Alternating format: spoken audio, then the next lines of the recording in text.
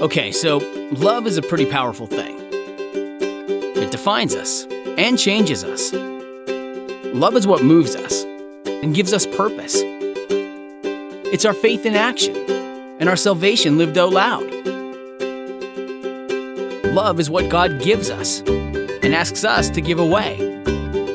It's meant to be shared with everyone, everywhere. Love is our calling and our mission. Love is why Jesus went to the cross and why the grave couldn't hold him.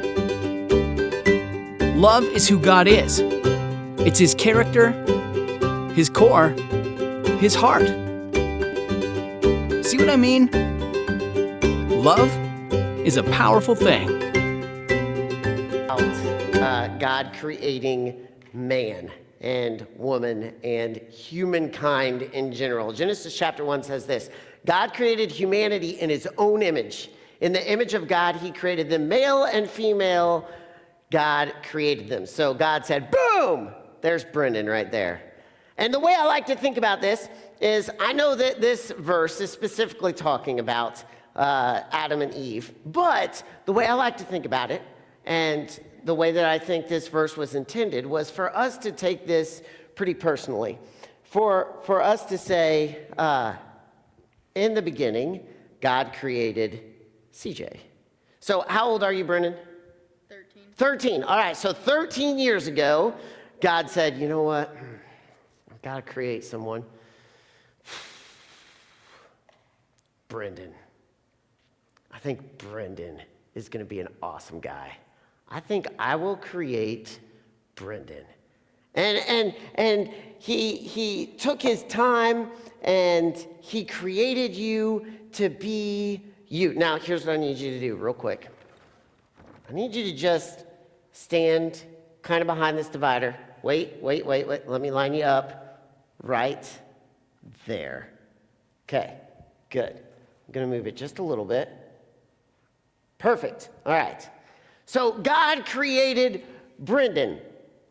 And it says in Psalms that the psalmist, the guy who wrote Psalms was like a poet, and he wrote a bunch of songs and poetry. And one of the poems that he wrote was that God knit you together in your mother's womb. And so, like, you can picture God taking Brendan and saying, man, I'm going to make Brendan a great baseball player. And I'm going to make Brendan someone that loves to talk about sports. And I'm going to make Brendan a great soccer player. And Brendan's going to be kind of quiet and reserved, but he's going to be just an awesome kid. I'm super excited for the life that Brendan is going to live.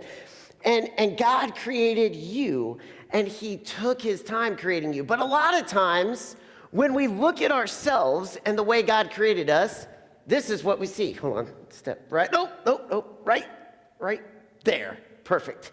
This is what we see. And the message that is pushed out to us constantly is that we are half of a person. We're not whole yet. We're just half of a person. And God created half of a person. This is the message that we are sent. This is oftentimes the message that we believe. Like, if we don't have this certain amount of friends, well, we're missing a piece of us.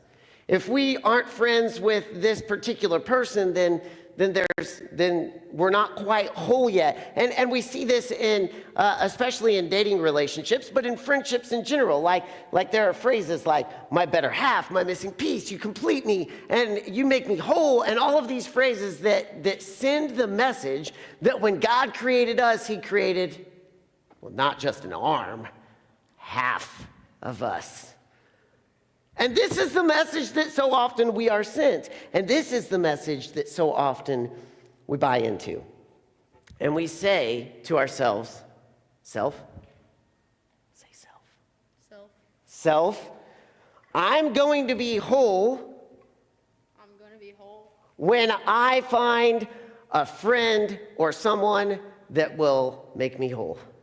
When I find a friend or someone that will make me whole. Yes, and this is what we tell ourselves. We tell ourselves that, man, like, I'm just not God created me, but maybe he only created half of me, and I need someone else in my life, whether that's a group of friends or whether that is a dating relationship. I need someone to make me whole. Now, hear me very, very clearly. Very, very clearly. Friendships are healthy. We need those. Dating, it's a good thing. It helps you find the person that you're going to marry someday. But it's all about what we believe about ourselves that makes those relationships healthy. Because here's what happens. I need another volunteer. Anybody? Clark, come on up. All right, come on up here, Clark. Oh, she's getting serious. She took off the headband, throwing it on the ground. All right, step on up. Say hi to everybody. Hi. All right, how old are you, Clark? 13. So 13 years ago, God said, I'm going to create Clark, and I'm going to make her this bubbly personality and awesome at soccer as well, and this great person and absolutely fantastic. But a lot of times what we do is we look at ourselves and we say, Clark, come on over here, step on over here. You guys will have to kind of hold this up now. All right, so you step half. There you go. And then we say, you know what? Let me scoot over here. I have found someone that makes me whole. Now I'm whole. Now, let me ask you a question. Do they look whole right now? Like, let's be honest. This is kind of a silly example, and hopefully that if I took this cardboard down, that there would be two people behind this. But so often, this is what we view ourselves as whole. When in reality, friendships, dating, it's all fantastic, but God created us to be whole for ourselves. When God created you, he doesn't see just half of you. When God created you, he sees all of you. And he created you to be you and to be incredible and to be fantastic just the way you are. And the cool thing is that when we believe that we are whole, that God created us to be us from the very beginning, suddenly we don't have another person that makes us whole. We're not just one person. Suddenly we are two people, two whole people, or a group of friends that are a group of friends that are a whole bunch of whole people that are all awesome together. All awesome together. All right, thank you guys. You guys can go grab a seat. Give it up. Give it up for Clark and Brendan. Well done. Well done. Now, why is this so important? And like I said, this is going to be really short tonight. Because here's the thing. When we assume that we need other people, whether that's friendships or dating relationships, or we just want to impress authority figures in our lives, when we assume that we need those people to make us something, we tend to step into riskier relationships. When we assume that we need other people to make us something, we tend to step into riskier relationships that may not be the healthiest things for us to step into. But when we can understand and we can know in our heart of hearts and we can live out this truth that I am whole and I am complete just because of me, just because God said, however many years ago it was, I wanted to create you. If we can know and live that out, our relationships will be healthier. When we can know and live that out, we can be more selective about who we allow to have a relationship with us in our lives, who we allow into our circle of influence, who we allow to impact us. We can be more selective about who we allow ourselves to be in a relationship with. When we know that we are whole, we will be more willing to set healthy boundaries in our relationships because we know that if this person doesn't respect our boundaries and walks away, I'm still whole. God created me to be me. And so as we think about relationships this month, we have to start with this concept that we are whole, not because we have a certain group of friends, and again, friends are great, not because we are dating someone. Again, dating is great. You guys, I have the most incredible wife ever, and our relationship is awesome. And the thing is that she is whole without me, and I'm whole without her, and that makes our relationship stronger. And I want that for your friendships. I want that for your future dating relationships. I want you to recognize that God created you to be something special just because you're you, not because of anybody else that you are in a relationship with.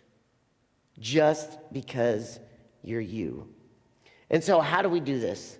How do we really, when it comes down to it, be like, all right, I'm going to try to live this out? And a lot of times, man, so side story, whenever I face something in my life or in our family's lives, we're like, man, we got to make this improvement, but it seems like we're just not really getting anywhere. How do we do this? How do we take that next step forward? A lot of times what I find is that it is not so much a lack of willingness, but a lack of remindingness. I know that's not really a word, but we're going to make it up. We're going to go with it. A lot of times I think we just tend to forget some of the important things in our lives, that we need reminded of some of the important things in your life. And one of the important things in your life, as you travel through middle school, high school, and college, one of the important things for you to understand is that you, because you are just you are whole, you are complete, and you are loved. Just because you're you. You are whole, you are complete, and you are loved. And if you can take that truth into your friendships, and if you can take that truth into your relationships with your employers and your teachers and your authority figures, and if you can take that truth into your dating relationships, all of your relationships will be healthier.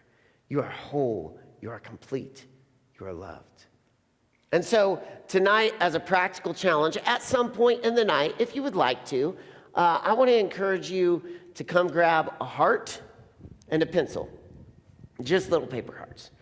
And on the back, I simply want you to write, I am whole and complete and loved.